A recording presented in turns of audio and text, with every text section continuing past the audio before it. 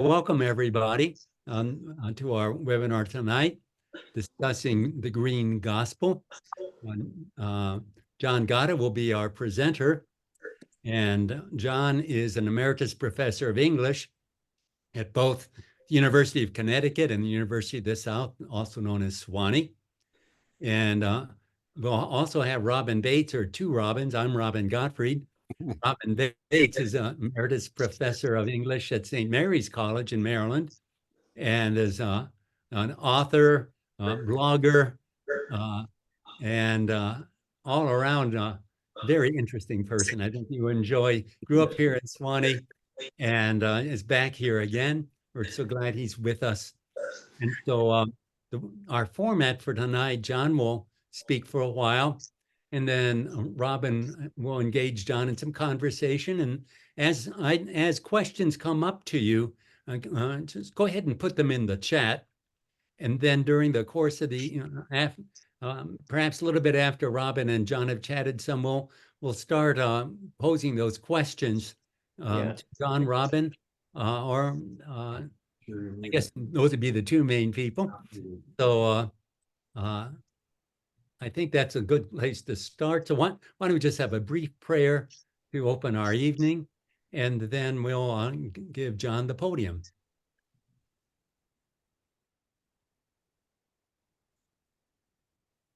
In the business of our days, we turn to you, Lord. We ask for your quiet refreshment, for your peace, clarity of mind and heart. Help us focus on our time together. Help us hear what you would speak to us tonight, how you would help us grow and serve, what you would have us learn and contribute. Make us instruments of your peace and your healing to all the earth and all its inhabitants. We ask this in Jesus' name. Amen. Well, John. Great. We're looking forward to sharing your wisdom with us tonight. So go for it. Thank you, Robin. And it's a special pleasure for me, and particularly satisfying to be discussing this book in the context of a gathering of the Center for Deep Green Faith. Because as many of you know already, this book is certainly relevant, I hope, to the work and the charism of this organization. It's in fact, I wrote the book in part to be part of the offerings of this group.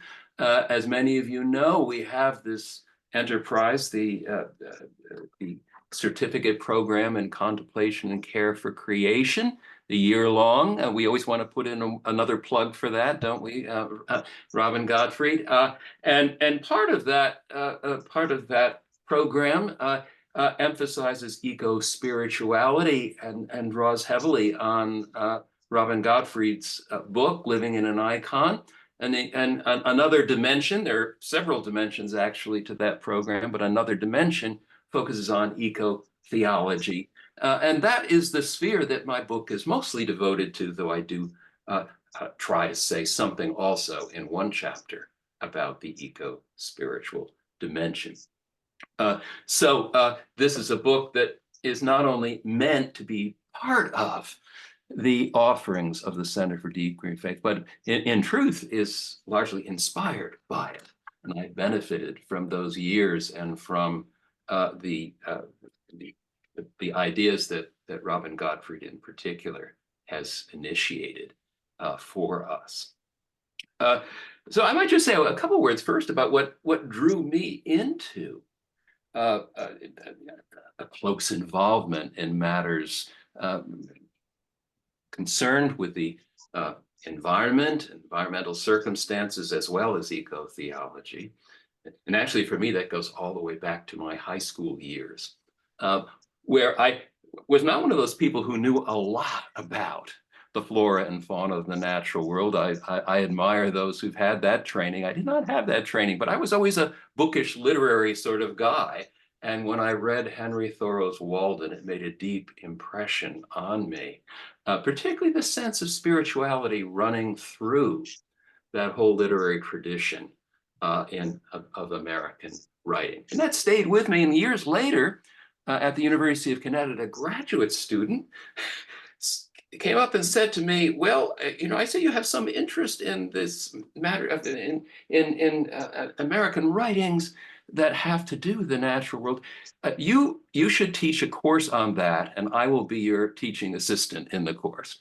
So like a professor solicitous about his students, I obeyed him, right? So I went and so a number of years of that, and also connected with the church. Finally, these things started to coincide, because for me, for some years, there was a bit of a dissonance between my sense of the godliness of the natural world and writers like Thoreau, who were not explicitly Christian, and my own Christian faith. And I was struggling to put those things together. And that, I think, is an aspiration that we all share in this center. So what I'd like to, and by the way, I hope in the discussion section, some of you might be moved to share your own stories. What might have drawn you further into an engagement with questions bearing on the natural world and its health and preservation. And I know each of us here has some story, some that brought you here, and I think that would be worth sharing. So what I'd like to do is first just to review something of the overall aims of this book. Some of you I know are familiar with it already, but I'll review what some of the sense of the book is in broader terms, the main rationale, and what I've meant by green gospel along the way. And then I'd like to, briefly, fairly briefly, because I want to read just a little bit, some little snippets to convey some of the flavor of the thing. One particular theological question, I certainly don't want to try to review all of them that the book is addressing along the way. So let me just comment then first about some of the overall rationale for a book, for an inquiry of this kind. And I observe in that light first that our churches have begun to develop a recognition of the importance of our relation to the natural environment, and certainly the climate crisis, often called climate emergency, has intensified that concern, no doubt about that. But most of the concern, even in churches, I think is at the level of, one may say, the more purely ethical, the more purely, a few slogans and signs about becoming good stewards and so forth, not necessarily engaged with the fuller theology and the formation in the faith that goes on from childhood onward. So some of what I've commented here, I might just read out if I may. There has been attention in some form to the environmental crisis and the significance of our relation to this planet we inhabit. But even within the churches themselves, worshipers have rarely found occasion, as I've written, to appreciate precisely how and why an environmental vision should be understood as a central, not merely a supplementary or a special interest component of Christian faith and practice. How, in other words, is it integral to the faith that we profess? At the time may be ripe to recover such an appreciation for what we can expect some of our neighbors to shrink from calling themselves environmentalists. Many more feel personally sustained by living amid green growing things, by glimpsing the presence of wildlife by contemplating scenes of natural beauty. Even those who are expressly committed to earth care, as it's commonly called, however, and feel anxiety about climate change and other forms of environmental degradation, may not always connect their environmental concerns with religious faith. They feel moral pressures toward the cause of environmental reform, especially in the face of climate change, but little sense of how, beyond the broad, and if I may dare to say rather shop-worn motto of stewardship, such ethical claims derive from Christian theology and spirituality. For what does earth care really have to do with core elements of the gospel proclamation, with wonder, love, and praise? How might we understand an avowal of deep green faith, the very name of our organization, to be not only relevant to, but thoroughly rooted in gospel teachings, including those associated with traditional terms such as salvation, incarnation, God's reign, transfiguration, the cross, and resurrection? So that's part of what, or that's the bulk actually of what I wanted to address in the various chapters. And in relation to that question about gospel, part of what I noted in the preface to the book is related to that question of what, in the face of the perils to the community of life, of which we're all aware, what might the gospel or good news, of course, the core meaning of the word, of this faith tradition, what might it have to offer the world? What's distinctive about what the gospel, what our faith communities have to offer in turn? These are questions over some years I've been struggling to answer, first by myself. And by gospel, I mean not only the first century kerygma or core proclamation circulated by followers of the Christian way, not only, in other words, that which is proclaimed throughout the New Testament. It pertains also to the good news of salvation, that wonderfully expansive word, how it's been expounded throughout the Hebrew Bible, and how its even more expansive character has been interpreted, adapted, applied to the changing circumstances of life throughout centuries of church tradition. So that's the enterprise that I've wanted to engage in, that's been occupying my life and attention for some years. And I'm grateful for the chance to write this book, to attempt to share some of those things.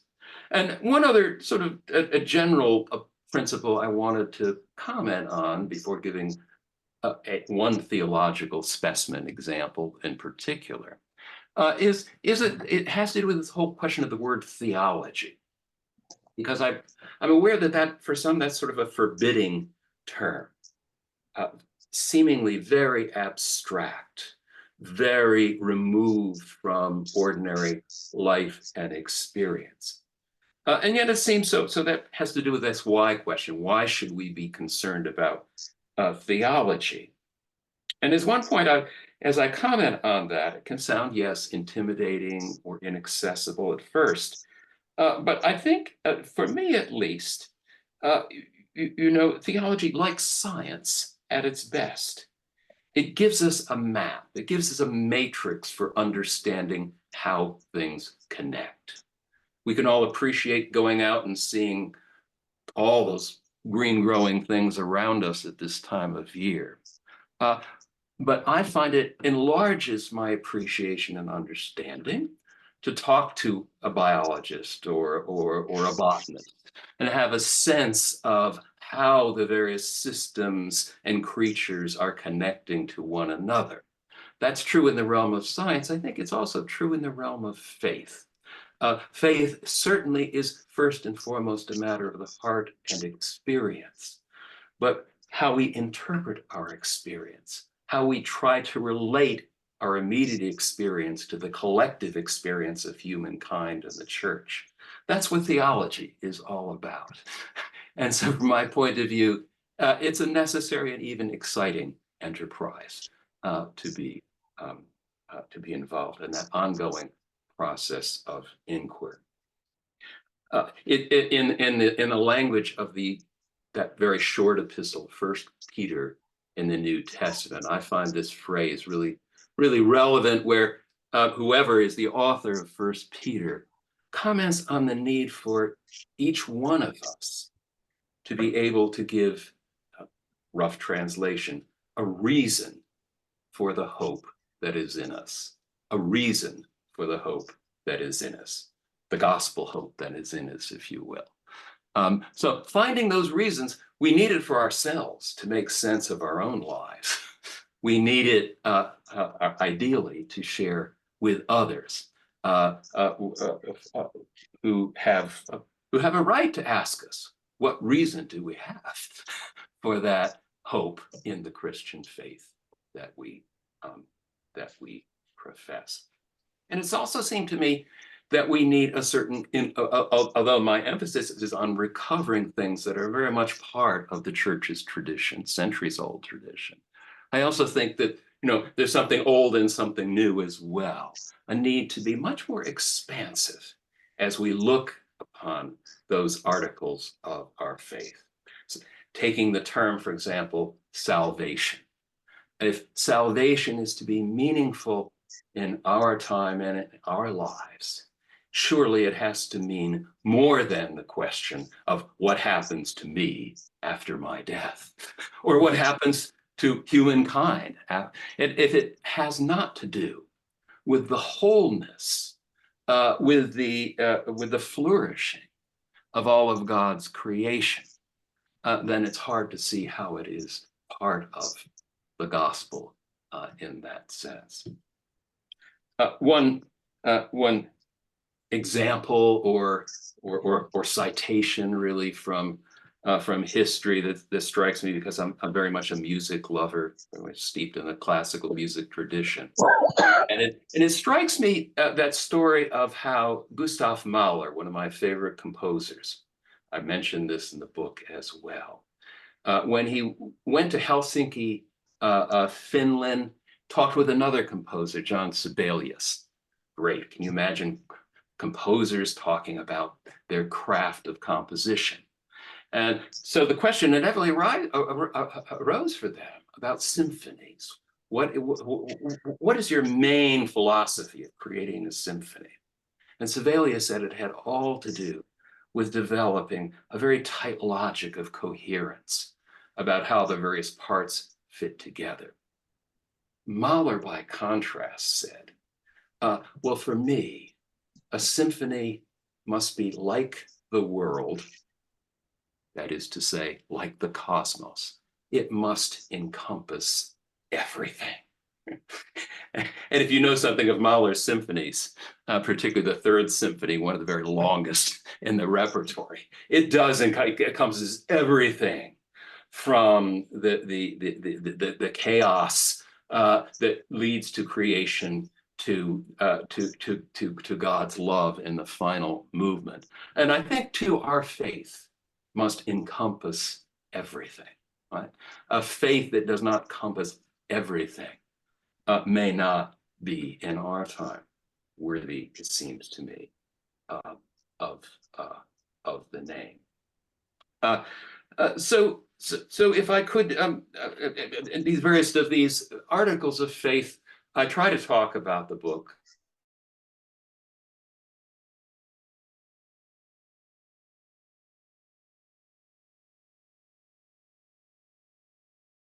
Lost his volume. Oh, I don't know what happened. Okay, thank you. So let me move now, just by way of the last segment of what I want to say, and because I'm eager to hear some of the discussion. One particular theological dimension, and I think since we're right on the doorstep in the liturgical churches of Trinity Sunday, might be a good example to talk about, because if people want to name one article of the faith that seems most abstract, most removed, most intimidating, it's probably that of the Holy Trinity. So it may be even harder to imagine, well, what does the Holy Trinity have to do with earth care and love and care for the earth? And I think in brief, to look more deeply into that mystery of the Trinity, one senses how it has to do with the community of love, with the dance of the persons of the creation, and particularly in that great paradox that I won't elaborate a great deal now, on how the Godhead is both within and yet beyond the natural order. Neither the one nor the other. The doctrine of the Holy Trinity really captures that sense. Not uniquely, other faith traditions have their way of addressing that paradox, but I think the Holy Trinity is part of that. And part of what I did want to just read, if I may, is because throughout I like to draw on examples from liturgical texts, hymn texts, and literary texts. And in this case, one of my favorite hymns, I hope it appears in some parish settings in a couple of weeks, St. Patrick's Breastplate, otherwise known as the Deer's Cry. And the reason I wanted to just cite a little bit and say something about that is, this notion that the Holy Trinity is very abstract, removed from experience, I think it misses the point that actually it is the product of human experience, collective human experience, trying to make sense of that paradox of how the God creator is both within and beyond the natural order. And the Celtic peoples, as you know, who inhabited particularly those rocky outposts of the British Isles, Lindisfarne, Iona, places like that. They were intensely, including people who were farmers and fishers. The Holy Trinity was part of their prayers, both as they rose in the morning, at night, as they lit a fire, and so forth. So I wanted to just comment on this, the text of that hymn that's familiar to many of you already, at least a part of it. And it's thought to date from the late 7th or early 8th century, which means it pretty definitely was not written by St. Patrick, though one may say it is certainly in the Gaelic Celtic spirit. And as I wrote here, it reflects a Celtic world in which God could readily be invoked as a presence coterminous with everyday life.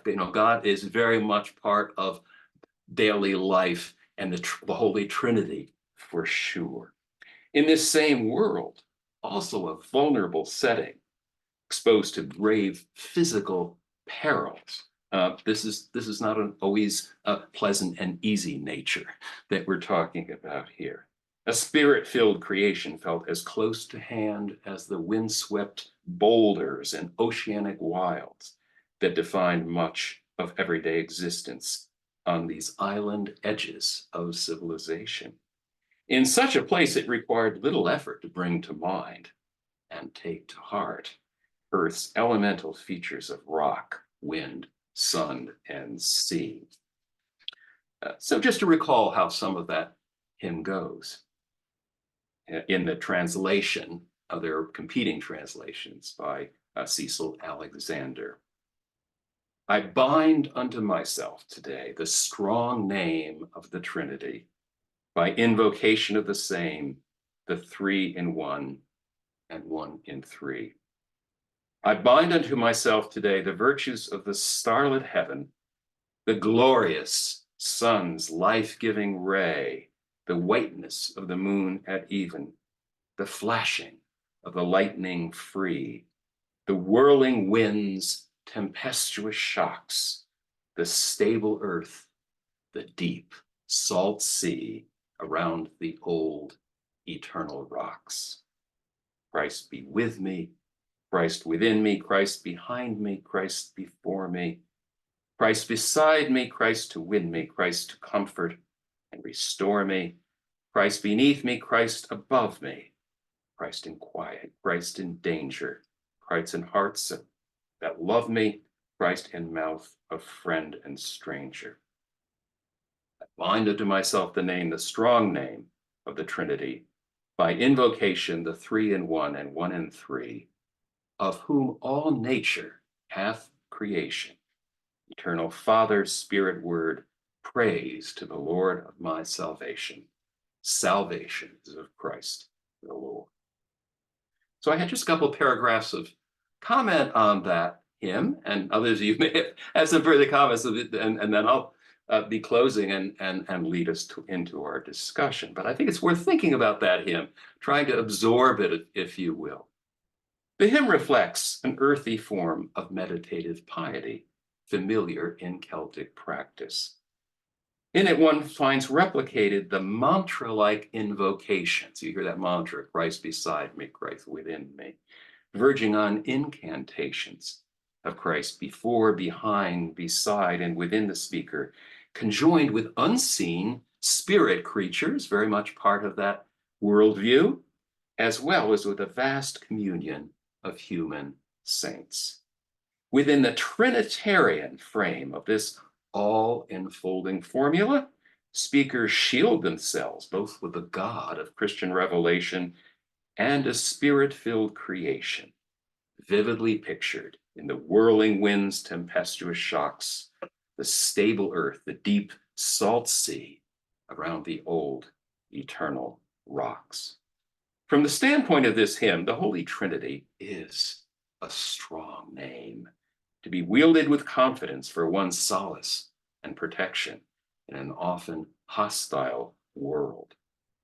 Of a culture still colored by Druidic paganism, the speaker in the hymn seems haunted at times by apprehensions of wizardry, poison, and unforeseen violence. And those, by the way, are in stanzas that don't appear in the more sanitized hymnal version. But if you look at the full version of that hymn, you'll find all sorts of Druid stuff of that character. Set against these fears, the Trinity's strong name, equivalent to a formidable shield, or Gaelic lorica, the term that's often used, is eminently practical. It's a name bound up with the force of lightning free in those old eternal rocks. As such, the three in one is conceived to be not just a speculative idea. You know, that's what we all hear. This Trinity is this sort of speculative idea out there somewhere, but it's a force to be reckoned with for these Celts. Today's readers, too, might identify with the hymn's aspiration toward full personal absorption of the Trinitarian mystery, centered in one from whom, as the language has it, all nature hath creation.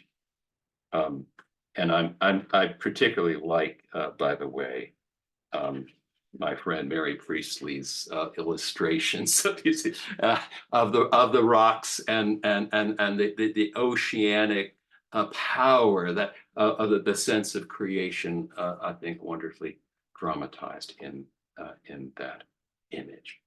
So now, just to maybe just to sum up, what I've wanted to do in the book is to ponder as incisively as possible, with benefit of theological tradition, how earth love, how earth care might be seen as integral to the core beliefs of Christianity across the centuries, and particularly for our own time.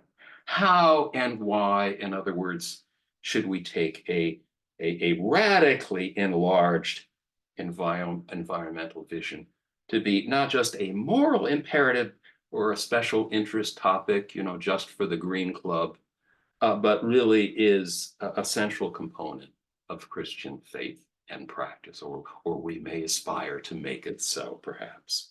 And how can this green faith, rooted in traditional doctrinal terms, how can we delve deeper into what those terms mean in relation to an ecological vision of life? So that, in more or less briefly, is what I aspire to do in this book. Thank you. Thank you, John, for sharing your thoughts and your wisdom with us. Robin, would you care to share a few of your reactions Okay. with us? Yeah, I'd be glad to.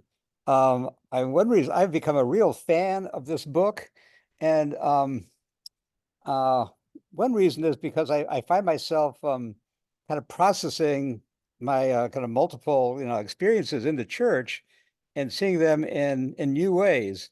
Because like John, I've always seen it's kind of my kind of Christianity and my environmentalism like in two separate places. So but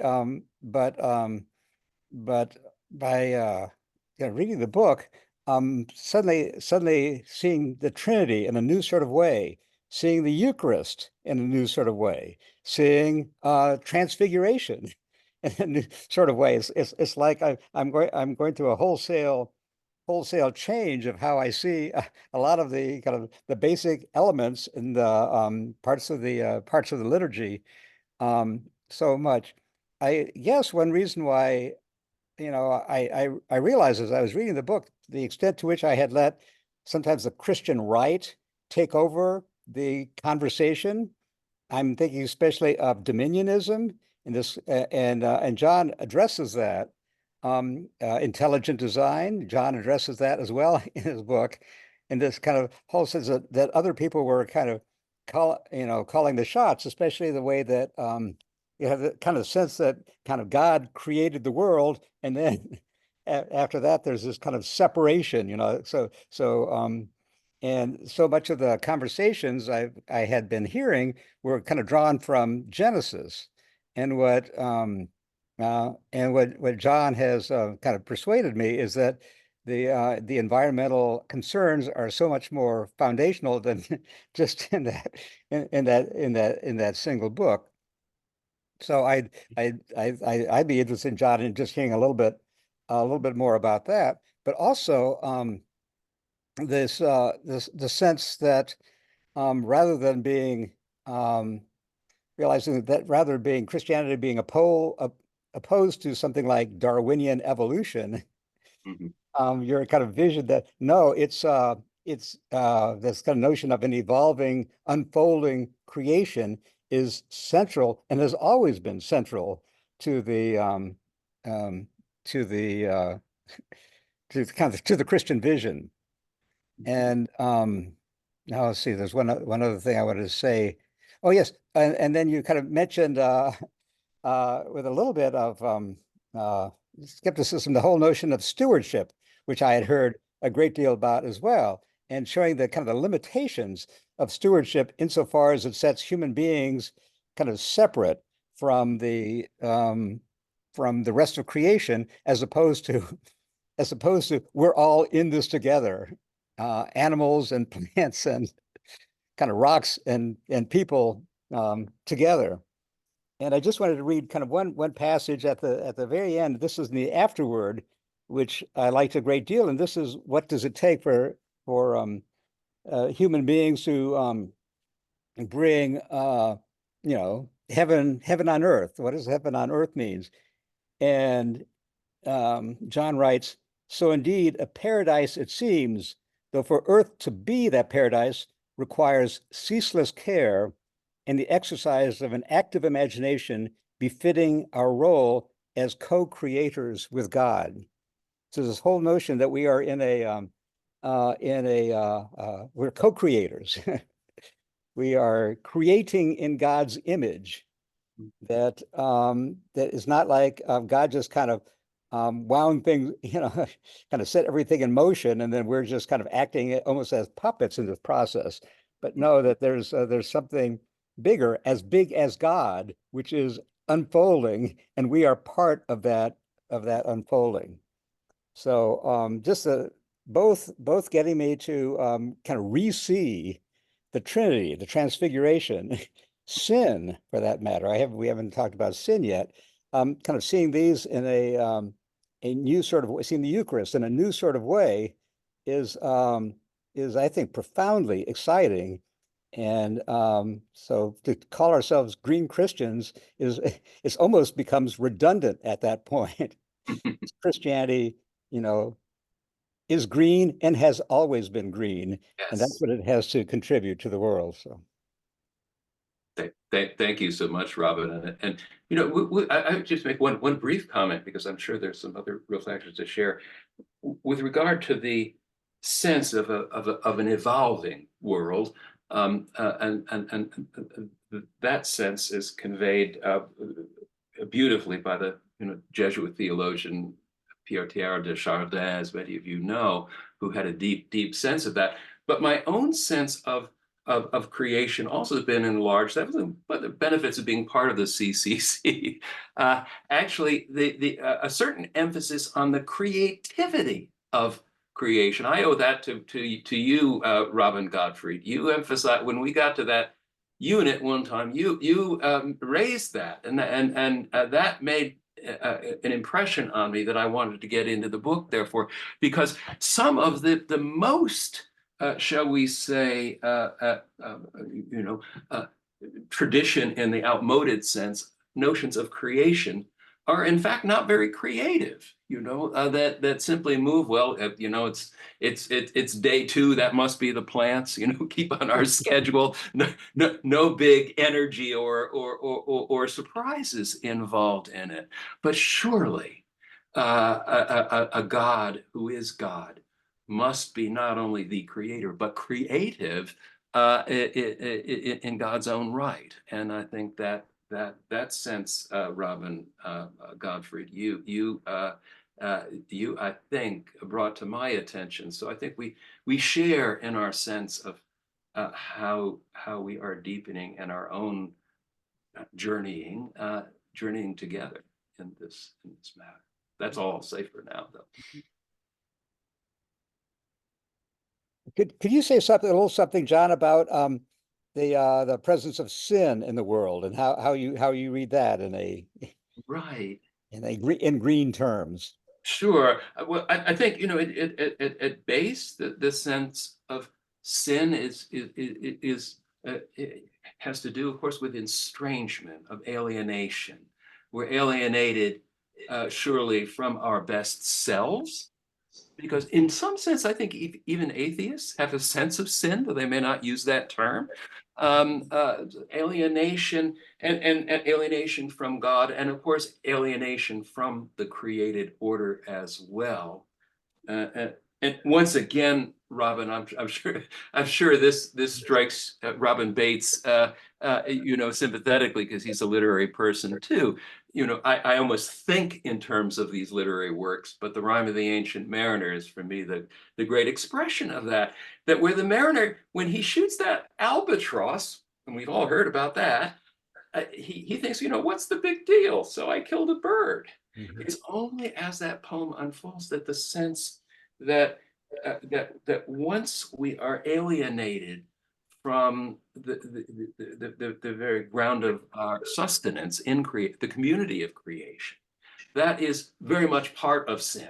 So our alienation from, and certainly as a culture, our alienation from the planet that sustains us it is at the heart of the environmental crisis. So sin is the right word for it, because sin suggests that there is some notion of our knowing what the good is, as St. Paul puts it more powerfully than anybody else.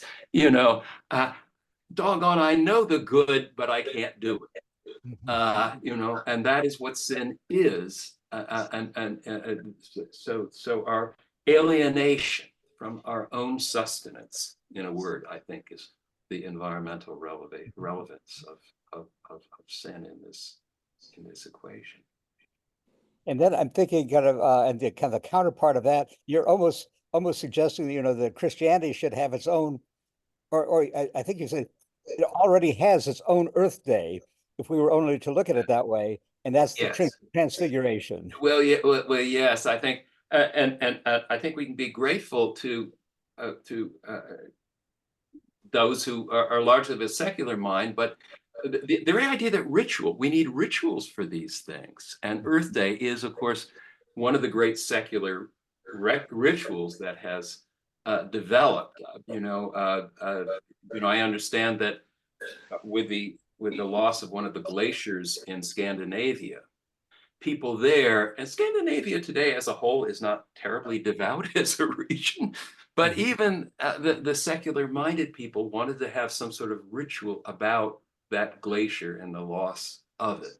So I think the sense of connecting ourselves, I think it's deeply, an anthropological principle of that we need to ritualize the sorrows as well as the joys of our life. So our environmental grief is a topic that I think absorbs its shared attention as well. And how do you see the transfiguration working into that? Well, I do have a whole book about the transfiguration, but in briefly, because I'd like to hear from some other folks.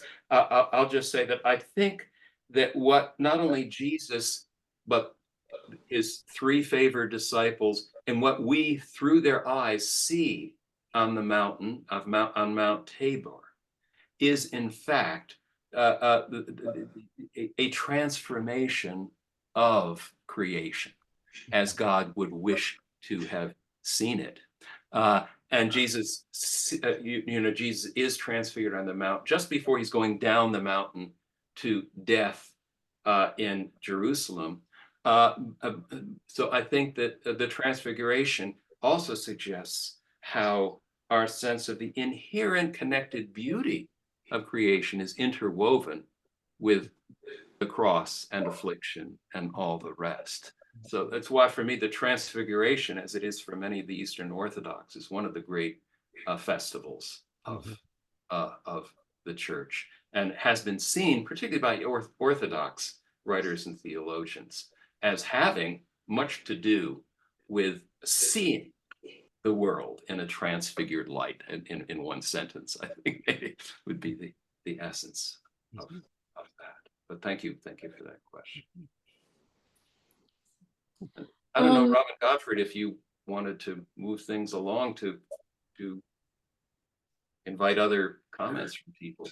Mary, do you want to go ahead? Yes, I was headed right there now. The first comment we have in the chat is from Ellie, who says, "It's a great talk, but you did not address historical blame." And I'm not exactly sure what she would like for you to address with that, but perhaps you have a thought on that, John? Or perhaps Ellie could unmute and Or yeah, Ellie, share. can make sure Ellie can unmute. Sure. Gonna have her speak about it. I will unmute Ellie. Hi, everyone. Can you hear me? Yes. When I talk about historical blame, I mean Christianity's fault historically in ignoring Mother Earth. Does that help you? Well, I'm just thinking how best to address that. I mean, the church certainly, because the church is part of sin, which we were just talking about, certainly has been part of those things, and not uniquely so, but certainly has contributed to it. I don't know how much, and surely part of the question has to do with the perception of license to use the earth, to that question of dominion that Robin Bates raises, certainly at the heart of it. It's often been pointed out that but in so many ways, of course, the scriptures have not been lived out as our faith communities profess and as we would wish. But the phrase we want to look at more than Genesis, but the key phrase there, to keep and to tend.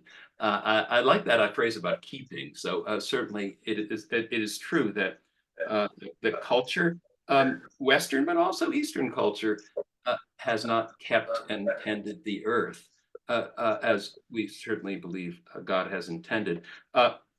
With regard to the historical story, there's so much I would scarcely know where to begin in that regard. But I think that the church's particular charism, let's put it this way, is not to develop the technical knowledge and engineering expertise to solve these problems, but it is to speak exactly what this gospel faith is all about.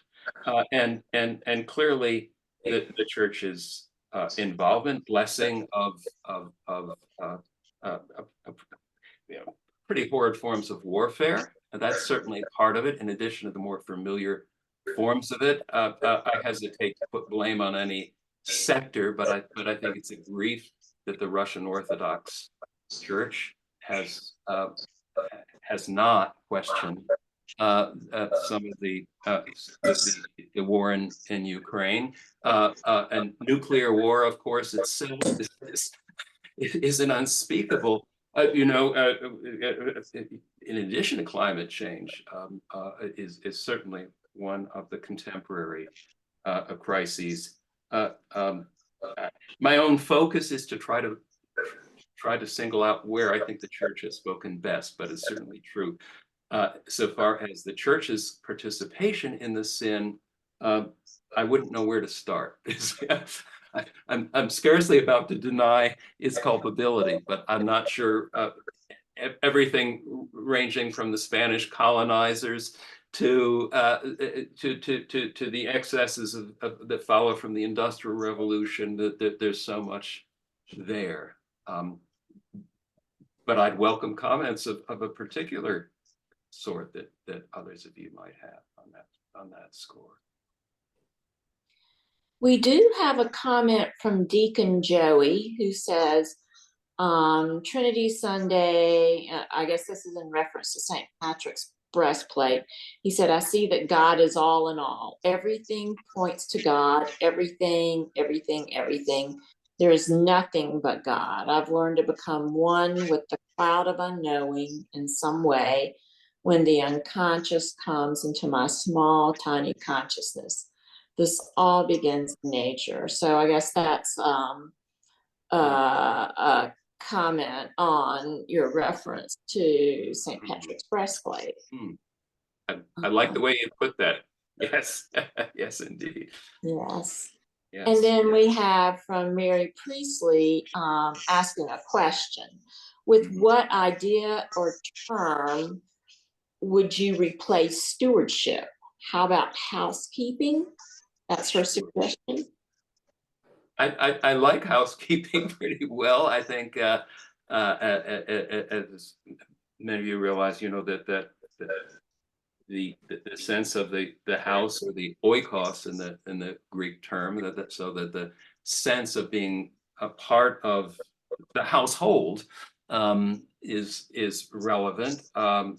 Certainly, I like the language of which I think is in common to perceive ourselves, yes, as householders. Yes, that is because it puts us within the sphere of the creation, right? Stewardship does seem to me a bit more static as well. I like the term member, which the writer Wendell Berry is very fond of using. The membership is one of his favorite terms, and he I consider to be one of the great environmental prophets of our age. But that really fits with some of the Pauline language, to be members of the body of Christ, to be members of the created order, because members has that sense of, it's something alive. My hand is a member. We are individuals, but we're also part of you might call it the meta-organism of the earth, of creation, and so forth. So I don't mean to condemn the term stewardship outright. I think, however, that its limitations are strong enough that I would hesitate to use it as the preferential term in all cases, because to be a steward of something, it doesn't fully acknowledge that we are members, and I think that notion of membership, is for me a more fruitful way of, or householdings, as you noted. Either one of those would seem to me more fruitful as a working. Bart says, how about using the term creation keeping? Yes, I think that's true. So there are keepers is the name of another organization, and that does fit certainly the biblical notion of keeping and tending. So yes, that is certainly a useful term as well. I have another question here for you from Peg, who says, how do you understand Pope Francis's Laudato Si's guidance with the ideas of encountering a green gospel?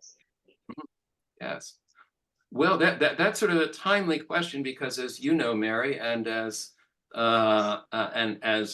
Molly and Robin Gottfried know, we were just discussing that in the last CCC cohort a gathering, and I think particularly that the phrase that Pope Francis, and it's certainly a valuable book on any number of fronts, but particularly that notion of an ecological conversion is certainly part of what he's talking about. And I think that the notion of ecological conversion, the world is certainly grateful to Pope Francis for having articulated that notion. And I think for me, that term is where it's particularly fruitful, is that in a way it's a conversion that has two dimensions to it.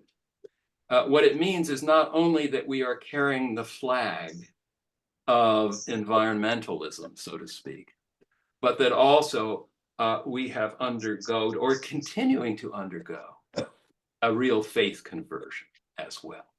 So in other words, that our sense of creation isn't merely another political cause. And we've all got long lists of them.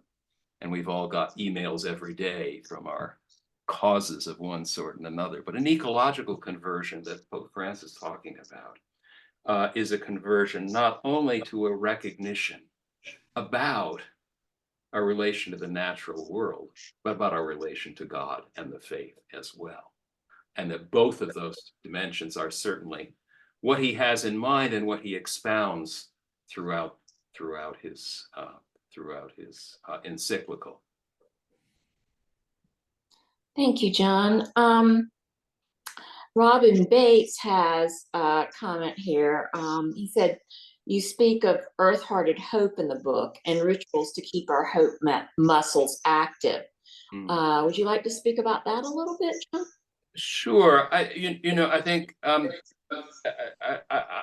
not one to preach on that topic because I'm still looking to discover hope myself.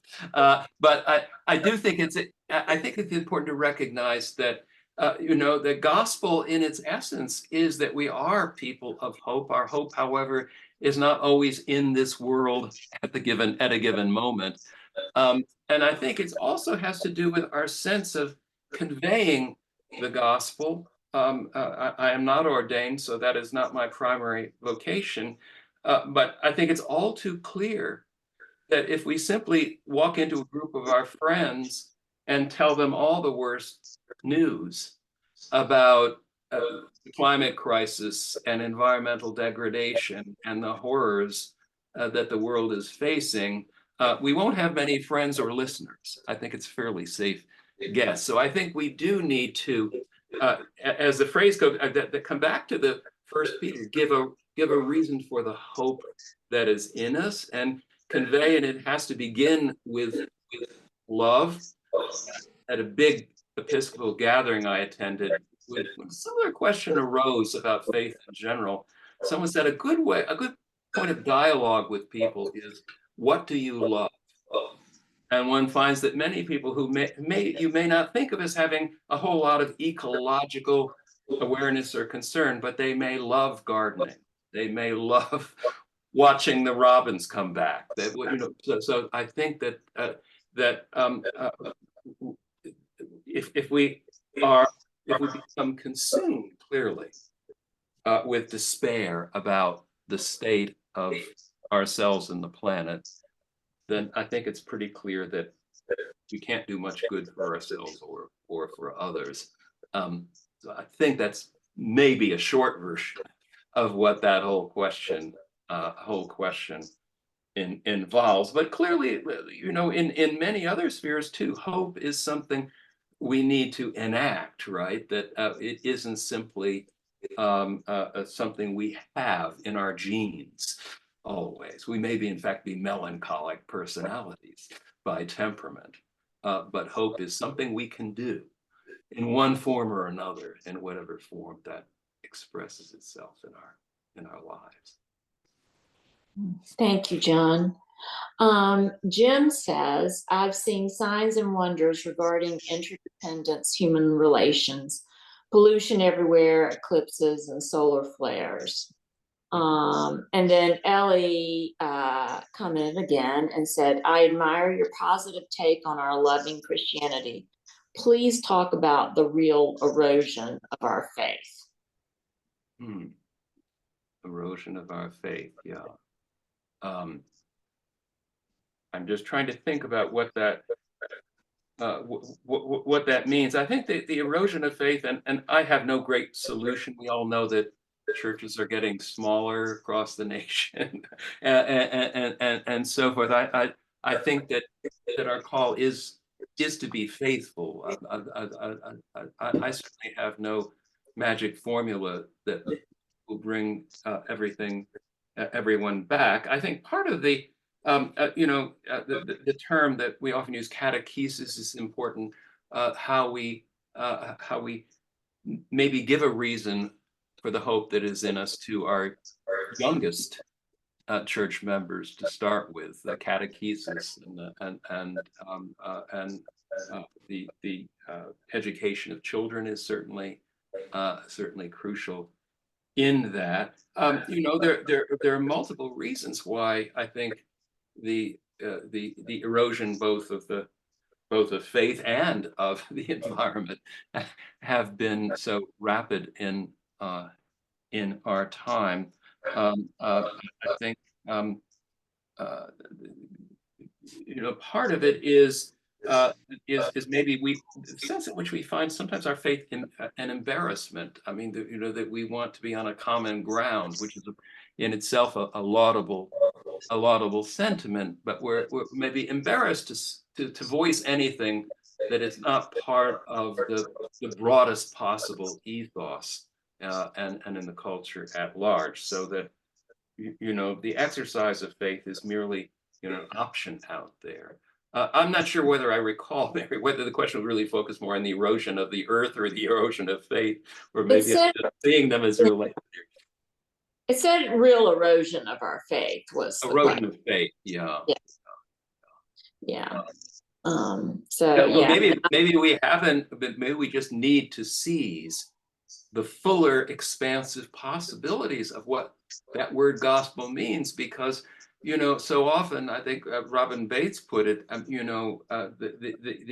the conversation, the language in our public culture has been dominated by, how should one put it? I mean, those who have a very narrow view of what the gospel means, the narrowest possible view that has no attraction and holds no hope, or not always much love.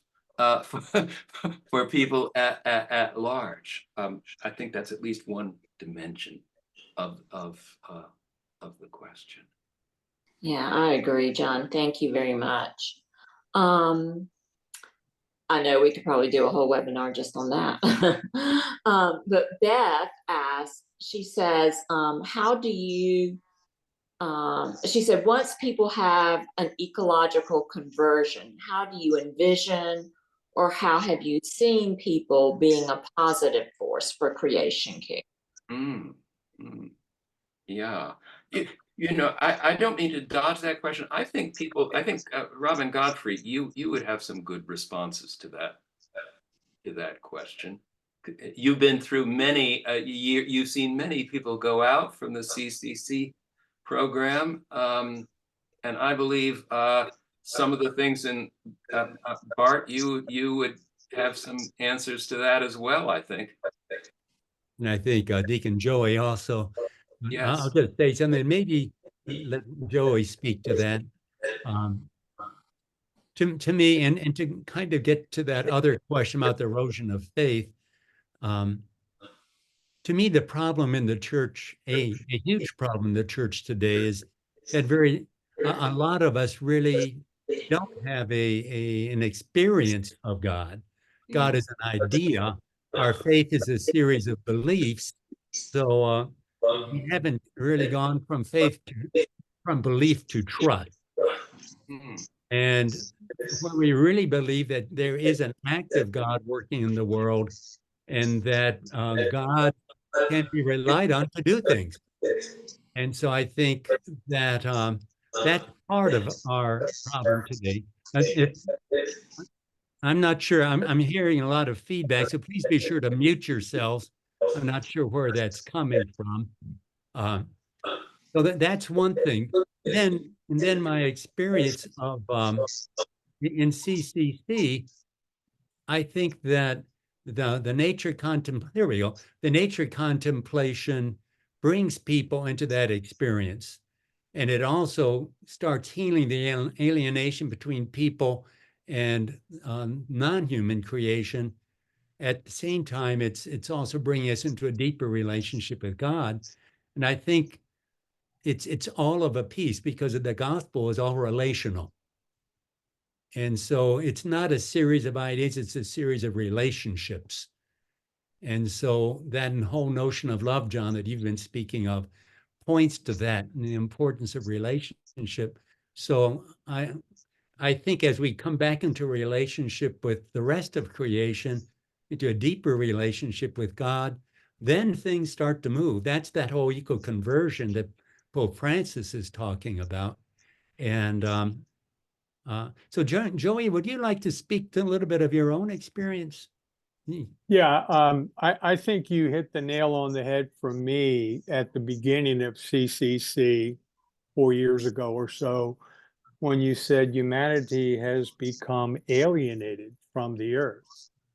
And there's so much evidence of that the last 4 or 5 centuries and what's happened, especially the Industrial Revolution and now the technological revolution.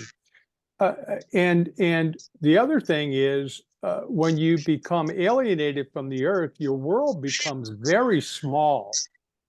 And I think that's a main problem. When we see things in a small box, it's me and my neighbor only, or me and you, we tend to think very small. I think part of our human evolution is to grow out of that with God's grace and become big thinkers and more attached to the cosmos, to everything that's out there.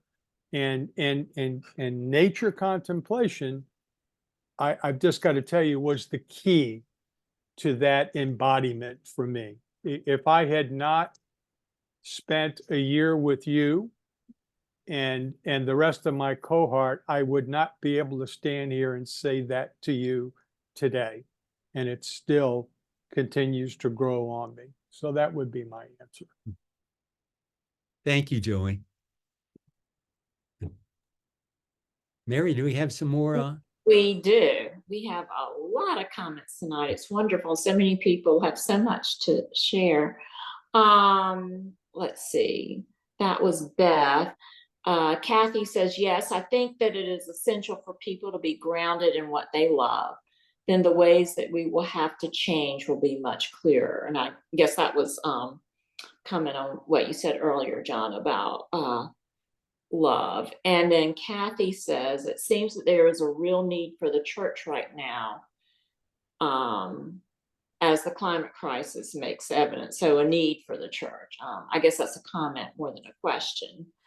And George also has a comment saying that they had 4 kids that they brought up in the church. They were active, and none of the 4 is regularly a church attendee now. One who was gay did not like the church's position, but now his Sundays are filled with activities. So I guess that was a comment on the erosion of faith. And then Ellie says that the liturgy is stagnant. And I don't know if you'd like to comment on that, John, or anyone else, but I tend to think that maybe just respond to that. I think that there isn't maybe a deep apprehension of what's going on in liturgy. I tend to have a traditional side of me that doesn't want to re-engineer everything in the liturgy until we really get deeply into what the liturgy is doing. But I would say my experience teaching environmental literature made me aware that there is a spiritual hunger among younger people, and a sense of the spiritual strain in expressions of any number of writers like Wendell Berry, that doesn't always transfer into the churches. There are lots of cultural reasons for that. But in essence, I would maybe just endorse the comments that several comments that have been made, but particularly Robin Godfrey's comment about people maybe haven't had an experience of God, such as for some young people might come through the natural order first before they have any sense of the church, and then reiterated by what you said, Joey. I mean, the sense of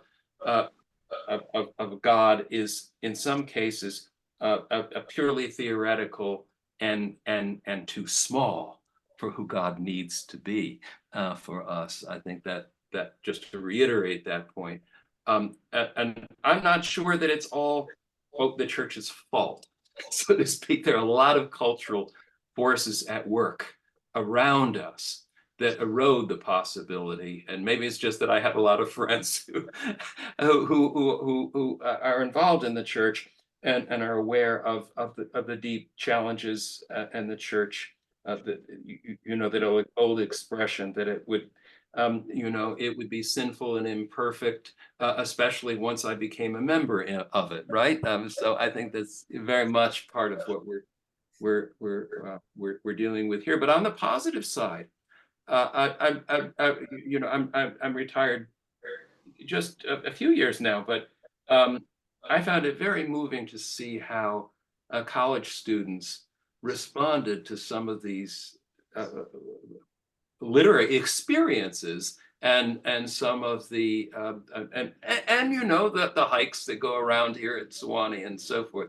We get a fair share of students for whom engagement with the natural order and with the spirit-filled sense of the natural order is quite evident. So I feel privileged to have been at a place like Sewanee, where I think some of those possibilities do exist.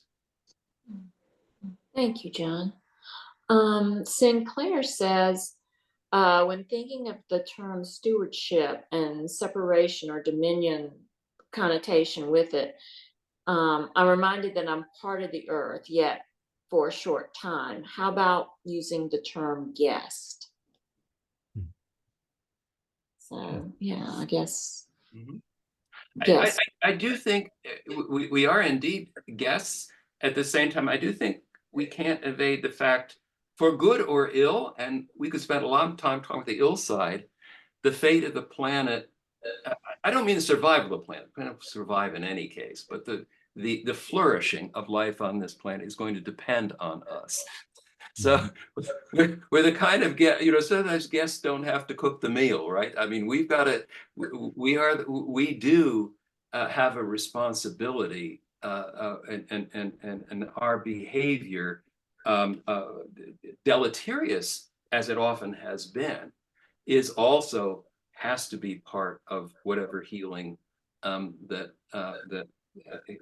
we can bring to those circumstances. So maybe it's another both and, that so far as our terms are concerned here. Yeah, thank you, John. Thank you. Pat says that people don't like change, so an eco-conversion requires them to change the way that they live and interact with the world as a whole. I guess that's more a comment than a question. And Molly also has a comment.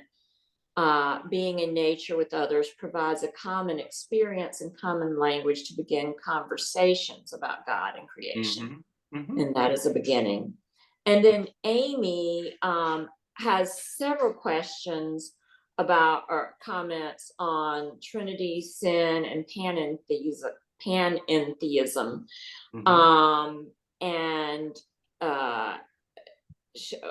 probably might be easier to unmute her and let her ask those directly, because it seems there are a couple, if we have time for that. How are we doing on time? I haven't looked. We're getting close, but I think maybe this could be the last. Okay. Yeah, because I think we're close, but I bet it would be good to engage that question. Okay. Amy, can you unmute, or I will unmute you? Okay. I just unmuted. Great. Can you hear me? Okay. Okay. Well, thank you so much for this talk, because a lot of the things that you said seem to fit to me with panentheism or process theology, which I adore. I mean, I don't know that I believe, but I definitely hold those ideas. And I actually went to the Center for Process Studies at a webinar over Easter, but it was in California, so it was at noon, so I could go to church as well. But it was fantastic. And I actually felt I got as much theology there as I do at church sometimes. So the comments that I wanted to make about the Trinity was that I think Carl Jung said the Trinity is not a triad, it's a tri-unity. Sacred, substance, and spirit are one. They are the same. So, and that's what I think of when I think of like panentheism. It's pantheism, we are God is the universe, but beyond, there's something more, like the whole is greater than the sum of its parts. So so I really feel that way, and I feel that fits with creation care and eco-theology, because if we really felt that we were the same as God and the Holy Spirit, we would treat each other better. And the same with, and I thoroughly believe it's not just humans. I think Jesus was the exemplar of the substance. But if we knew that water molecules and animals and plants and rocks were all part of this whole thing, which is sort of like panentheism, we might treat each other differently. And I wish that I had been taught that form of theology when I was little.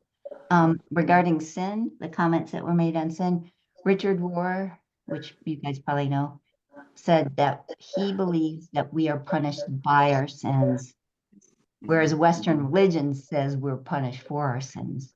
And so it's a kind of a karmic thing where he says karma is internal and now, not external and later. And it's like we separate God's law from natural law. Well, there's consequences to your sins. And that is what's happening with our earth, with our relationships. And so those are just my 2 cents worth, but I really appreciate it. It seems to fit very well with what you're talking about. And well, thank you, Amy. And if I could just add to that, I think I share your sense that it is, I think many folks here would realize that term panentheism is somewhere between pantheism, the notion that God is nothing but the created order, versus the notion that God is wholly separate from the created order. Either one of those alternatives raises huge problems, I think. So, because we need a faith that connects the creator and creation, but does not make them entirely identical. There are facets of nature that we're not going to worship outright. So God is in the natural order, yet beyond it. I think, again, and I think this is your sense too, Amy, that's why the doctrine of the Holy Trinity, which granted, raises a challenge for us to get our heads into, but in a way it's rooted in people's experience, in the church's experience that sensed that the natural order has the Spirit in it, but there is also a God who is, so to speak, behind the creation, who created it, because otherwise there's no such thing as a creator. I think it's often forgotten in intellectual history, and I do mention this in the book, that a common theory in the ancient world was that there was no creator because there was no time of creation, that it's just, stuff is just out there and always was. That's not far from the view of Lucretius, the Roman poet. And it's only relatively recent that the Big Bang theory, suggests, it doesn't prove the existence of God, but it's certainly consistent with the idea there was a time of creation, at least the first creation, as well. But I think, again, just to agree with your comment, Amy, sort of that we need a faith, and I would agree that panentheism does that. That allows us to recognize, a God who is very much engaged with creation, but is not wholly identical with it. And I think, Robin Godfrey, did you want to close things off for us? Sure. No, I think this has been an excellent discussion. I'm so grateful for all your comments, all your insights, all the thoughts, John and Robin, and then all the participants have added so much to our evening. As host, of course, I always get to get the last word, so I enjoy that. The talk about what word might we use as opposed to, say, stewardship. I'm becoming enamored of homemaking or home building, because home is very relational. Home is a place where you're nurtured, and making has two contexts. Yes, housekeeping is part of homemaking, but homemaking is an active process. And it's something where we're creatively making something that's rich for all the members of that home. And God is living in, as we were saying, in creation. And from Genesis, actually, God is making God's home in the earth. And so we are co-creating with God, making a home for where God can be totally present and where all can flourish. And I think that's kind of a real quick way to understand this enterprise we're in. So I'll just throw out homemaking for your consideration. And of course, there's a whole discipline of homemaking, which actually kind of fits quite well what we're about. So thank you for all your thoughts, for your participation tonight. And we'll look forward to seeing you in the fall. And if you have any questions or any way that we in the center can serve you, please contact us. We'd love to hear from you. Thank you, and God bless, and have a wonderful summer. Good night. Good night. Thank you.